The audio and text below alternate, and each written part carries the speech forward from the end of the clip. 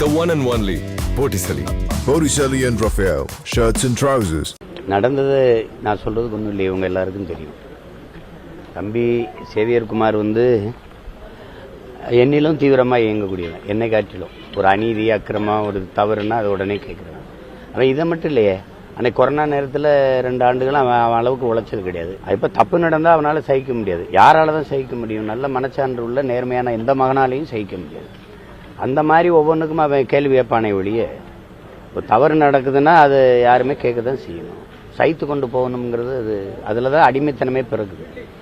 அந்த உணர்வில் நாங்கள் வரலை. வந்திருந்தால் நான்லாம் இந்த வேலையை செஞ்சு வந்திருக்க மாட்டேன். நான் திரைப்படத்துறையிலே இருந்து என் பயணத்தை தொடர்ந்துருப்பேன். அதில் நீங்கள் இது எப்படி பார்த்தாலும் ஒரு திட்டமிட்ட கொலை. இது நீங்கள் பேச்சுவார்த்தைக்கு வாங்கன்னு சொல்லிட்டு அது வச்சு அடித்து கொல்றதுங்கிறது, ஒரு மனிதனை அடித்து கொலை செய்கிறதுக்கு எவ்வளோ நேரம் ஆகும், எவ்வளோ தூரம் வன்மம் கொண்டு தாக்கணும், அவங்க முடிவு பண்ணிட்டாங்க இவனை கொன்றதுன்ட்டு. அப்போ ஒரு வழக்கு தொடுக்கலாம், என் மேலே ஒரு பிரச்சனை இருக்குது, என்னால் தொல்லை இருக்குன்னா இவர் இப்படி பண்ணுறாருன்னு ஒரு காவல்துறைக்கு புகார் அளிச்சிருக்கலாம், இது பண்ணியிருக்கலாம், சட்டப்படி ஒரு நடவடிக்கை எடுத்துக்கலாம். வர வச்சு கொலை பண்ணுறதான் முடிவுனா இப்படி.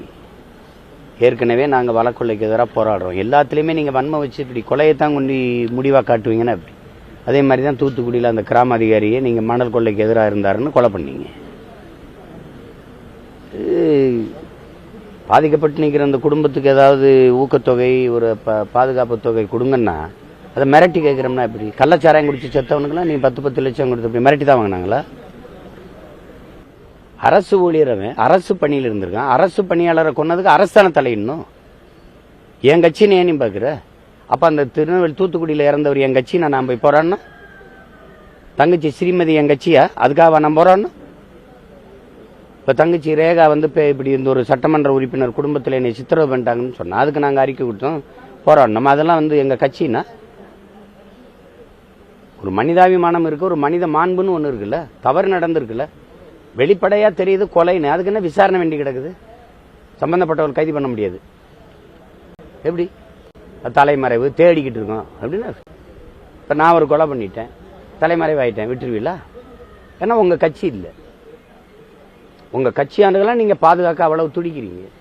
உங்க வாக்காளர்கள் உங்க ஆளுகள்னா பாதுகாக்க துடிக்கிறீங்க. அப்ப திராவிட முன்னேற்ற கழக நாடு, அந்த கட்சிக்கான அதிகாரம் அப்படிதானே இருக்குது. பொதுவான மக்கள் பாதிக்கப்பட்டால் உங்களுக்கு அதை பத்தி பிரச்சனையாவே எடுத்துக்கிறது இல்லையே. நீங்க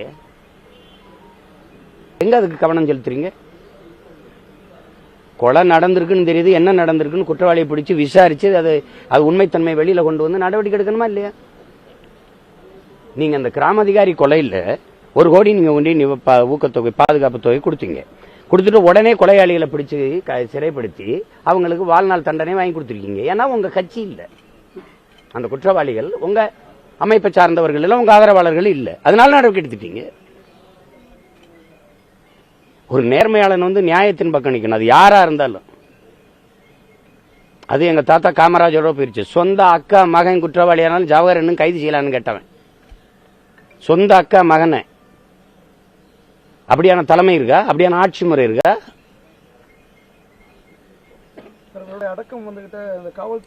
அடக்கம் ஏங்க நீங்க உங்க கல்லறைக்குள்ள உங்க கோயில்ல அவனை உறுப்பினர் இல்லைன்னு குடும்பத்தை நீக்கிட்டி, அப்புறம் அங்க அடக்கம் பண்ண சொன்ன?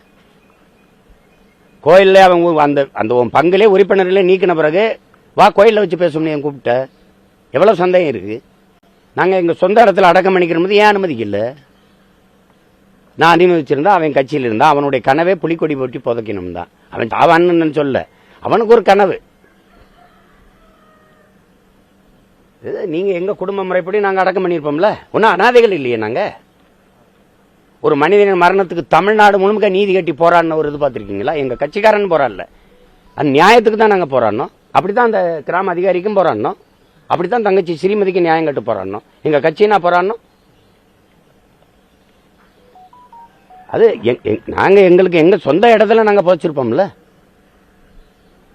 அதை விட்டு அவசர அவசரமா போலீஸ் இந்த வேலை தான் செய்யுமா? புதைக்கிற வேலையா?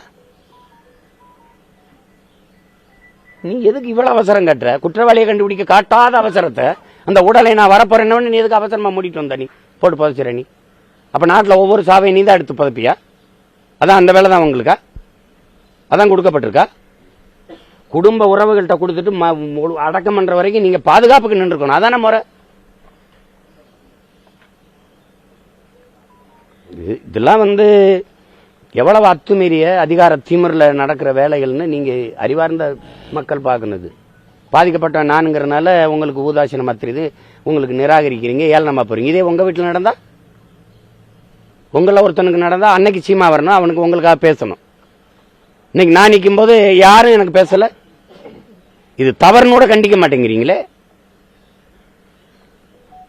எப்படி இருக்கு பாருங்க. ஆயர் கூப்பிட்டு எனக்காக பேசின அருள் தந்தையில நீங்க கண்டிக்கிறீங்க, உனக்கு நோட்டீஸ் அனுப்புவோம், உன்னை ஜெபம் பண்ண விட மாட்டோம், உன்னை தூக்குவோம் அப்படின்னு. இப்ப ஆயர்கள் எனக்காக பேசுற அருள் குருமார்கள் மேல நீங்க நடவடிக்கை எடுக்கிறீங்கன்னா, ஆண்டாண்டு காலமா திமுகவுக்கு பேசுற உங்கள் மேல நாங்க என்ன இது நடவடிக்கை எடுக்கிறது? யாரை வச்சு உங்களுக்கு நோட்டீஸ் அனுப்புறது? எப்படி உன் வேலை என்ன? நீ நடுநிலையா இரு, இறைவனை செவிச்சியா, மக்களுக்காக வேண்டியா, அதோட போ. 10 லட்சம் தாரேன் இடைக்கால நிவாரணம், என்ன பிச்சையா? அதை நாங்க கொடுக்க மாட்டோம். ஆளுக்கு 1000 ரூபாய் போட்டா 10 லட்சம் ரூபாயில் 1 கோடி கொடுக்க முடியாதா? நாங்க எங்களால செய்ய முடியாதா? நியாயத்தின் பக்கம் நில்லுங்க. அதான நீதிமான். இயேசுபிரானை வழிபடுறவனுக்கு பேர் என்ன? நியாயத்தின் பக்கம் நிக்கணும், அவன் தான் நீதிமான். அப்படி இருக்கா? அப்படி இருக்கீங்களா? நடந்திருக்கீங்களா?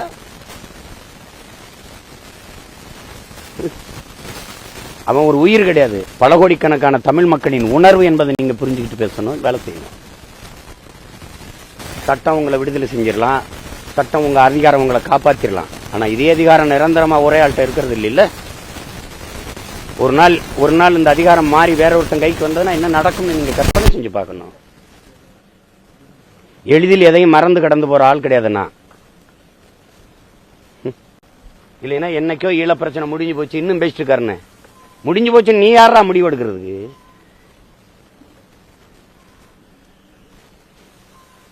மலையை வளத்தை வெட்டி கொண்டு போயிட்டு இருக்கான், அதை கேட்க துப்பு இல்ல, தடுக்க நாதி கிடையாது. இங்க அமைச்சர், சட்டமன்ற உறுப்பினர், அதிகாரம் என்னது இது?